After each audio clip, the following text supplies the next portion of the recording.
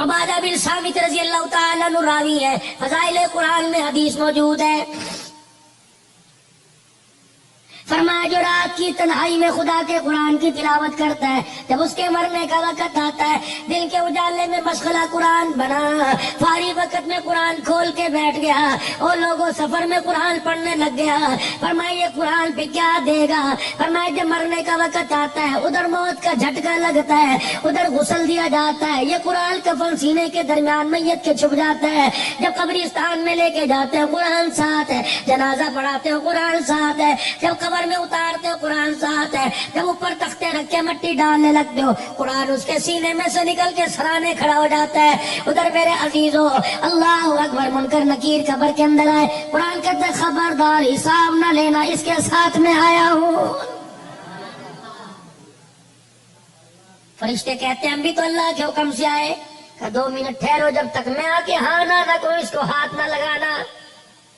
عبادہ بن صامت فرماتے حضور یہ کہہ کے رو دیے، فرمایا قرآن اللہ کے دربار میں جا کے گڑ گڑانے لگتا ہے، کہتا اللہ تیرا مہمان آج ہی قبرستان میں آیا ہے، فرشتے اسے ڈرا رہے، اللہ اپنے فرشتوں کو واپس بلا لے، میں گواہی دیتا ہوں مجھے پڑھا کرتا تھا۔ اللہ فرماتا ہے ٹھیک ہے۔ جب یہ قرآن میرے عزیزوں قبر کے اندر واپس جاتا ہے، میت سکون سے لیٹی ہوتی ہے، فرشتوں کو دیکھتا کوئی نہیں، قرآن میت کو آواز دیتا ہے میں تیرے سے تھوڑی دیر کے لیے جدا ہوا، مجھے صحیح سے بتا تجھے کسی نے ستایا تو نہیں، کوئی کیڑا تو نہیں آیا، کوئی بچھو سانپ تو نہیں آیا، ستایا تو نہیں؟ کہتا وعدہ کر کے آیا ہوں، تو یاری میرے ساتھ لگا کے آیا، تجھے کوئی نہیں ستائے گا۔ میت کو کہتا میں تیرے سے دور جا رہا ہوں، ملاقات کے لیے روزانہ آتا رہوں گا، جا رہا ہوں۔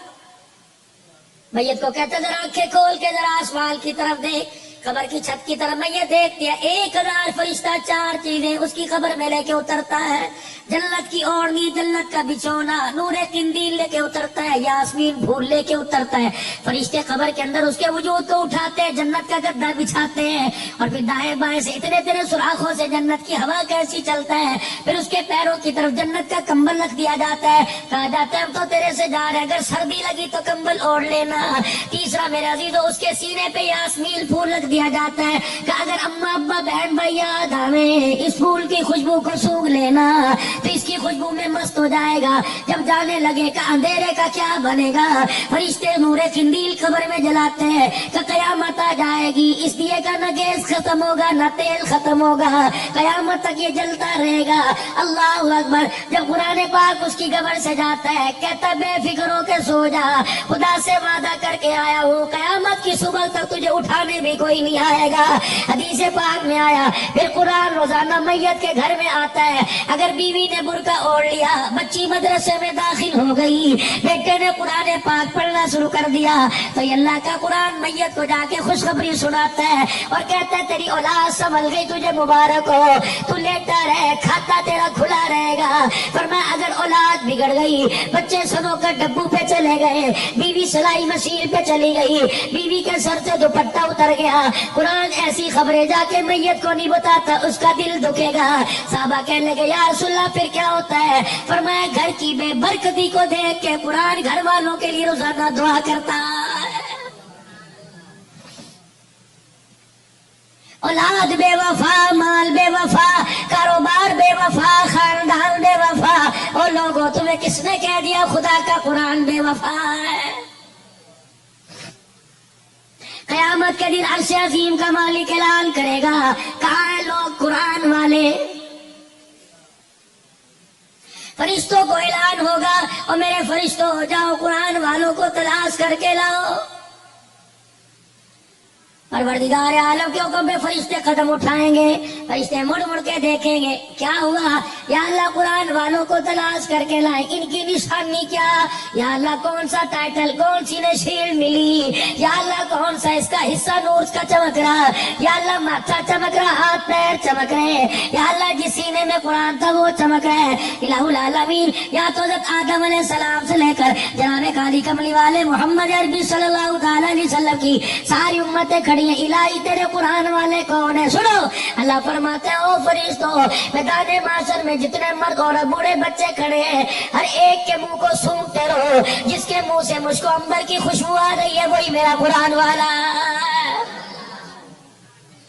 رحمت دو عالم صلی اللہ تعالیٰ علیہ وسلم میراج پہ تشریف لے گئے، جیسے زمین پہ بیت اللہ ہے، ساتھ میں آسمان پہ بیت معمور ہے، زمین پہ بیت اللہ کا فرشتے طواف کرتے ہیں، انسان طواف کرتے ہیں، بیت معمور کا فرشتے طواف کرتے ہیں۔ حضور فرمانے لگے جب جبرائیل مجھے بیت معمور کے پاس لے کے گیا، میں نے ایک بزرگ بابا دیکھا، گھنی داڑھی والا، ناف تک نیچے داڑھی تھی، یوں کر کے جھولنا تھا جس طرح دنیا کے اندر دائیں بائیں بچے بیٹھ کے پڑھتے ہیں، بچے بھی یوں کر کے پڑھ رہے تھے۔ میں نے پوچھا ابراہیم کون ہے؟ کہ یہ تیرا ابا ابراہیم۔ میں نے پوچھا اے جبرائیل یہ کون ہے؟ کہ تیرا ابا ابراہیم علیہ السلام ہے۔ کہ قرآن تو میرے پہ نازل ہوا پر ابراہیم علیہ السلام رہا ہے۔ یہ بچے کون ہیں؟ نبیوں کی اولاد ہے۔ یہ بچے کون ہیں؟ یوسف کی اولاد ہے۔ یہ بچے کون ہیں؟ نوح کی اولاد ہے۔ کون ہے؟ کہ نہیں دنیا کے اندر حجرہ شاہ مقیم میں بچہ قرآن پڑھنے گیا، 10 پارے ہو گئے، پڑھتا پڑھتا فوت ہو گیا۔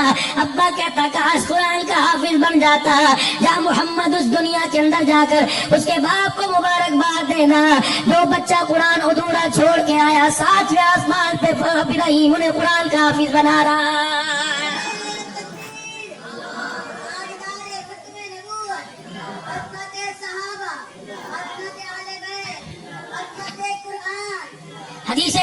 حدیث شریف میں آیا، فرمایا جب قیامت کے دن یہ امتی اللہ کا بندہ خدا کے دربار میں منہ لٹکا کے آئے گا، اس کے دونوں طرف دو بادل کے ٹکڑے یوں کر کے چلتے آئیں گے۔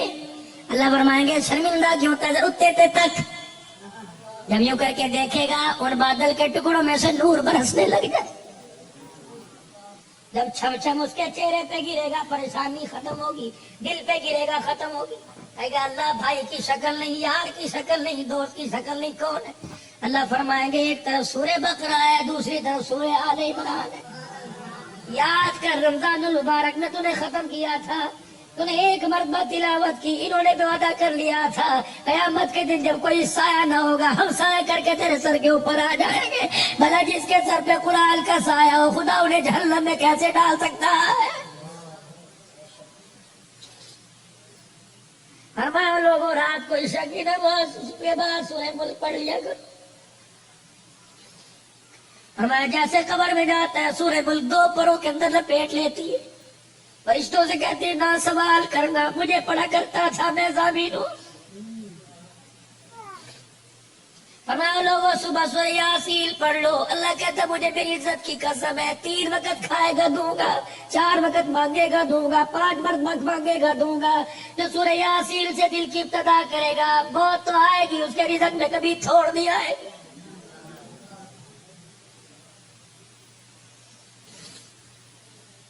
حضرت عثمان ذیشان رضی اللہ تعالی عنہ کہا جا رہے جناب عبداللہ بن مسعود کے پاس، علی ہے بچہ کوئی نہیں بچیوں والا، عبداللہ بن مسعود کے پاس گئے، اللہ تیرے پہ رحم کرے، کچھ تو کر لیا ہوتا، کچھ تو کما لیا ہوتا۔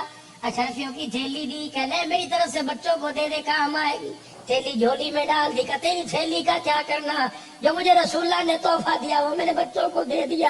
میں نے اپنے بچوں کو سورہ واقعہ یاد کرا دی، میں نے کہا میرے بچوں مغرب کی نماز کے بعد تلاوت کرنا۔ کملی والے نے فرمایا جو سورہ واقعہ روزانہ پڑھے گا موت تو اس کے گھر میں آئے گی، رزق کی تھوڑ کبھی نہیں آئے گی۔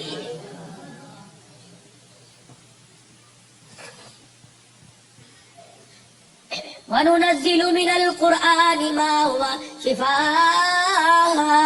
وظیفہ لے لو، اگر کسی کو کوئی بیماری ہو، مرض لا علاج ہو، عقیدے کے ساتھ کرے، 7 مرتبہ درود شریف پڑھے اور 7 مرتبہ سورہ فاتحہ آمین کے ساتھ پڑھے، اور ہر مرتبہ سورہ فاتحہ پڑھنے سے پہلے اعوذ باللہ من الشیطان الرجیم بسم اللہ الرحمن الرحیم پڑھے، اور والضالین کے بعد آمین پڑھے۔ فرمایا 7 مرتبہ پڑھے، دن میں 1 مرتبہ قدم کر کے پی جائے، 7 دن پینے کے بعد چیک کرائے، جو مرض چیک کرائے گا تیرے جسم کی رگوں میں خون تو نظر آئے گا، سورہ فاتحہ کی برکت سے وجود میں بیماری نظر نہیں آئے گی۔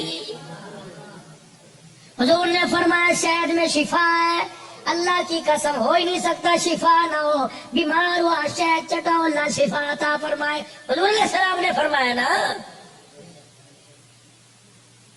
خدا کے واسطے میرے عزیزو اس وقت قرآن دنیا کے اندر، میرے عزیزو آپ سروے کرو، اس وقت آپ کو دنیا کے اندر سب سے مظلوم ترین طبقہ قرآن کا پڑھنے والا پڑھانے والا نظر آئے گا۔ تنخواہوں میں کم، حیثیت میں کم، رہائشوں میں کم، کالونیوں میں کم، عہدوں میں کم، میرے عزیزو کون ہے جو قرآن والوں کی ڈگری قبول کرتا ہے؟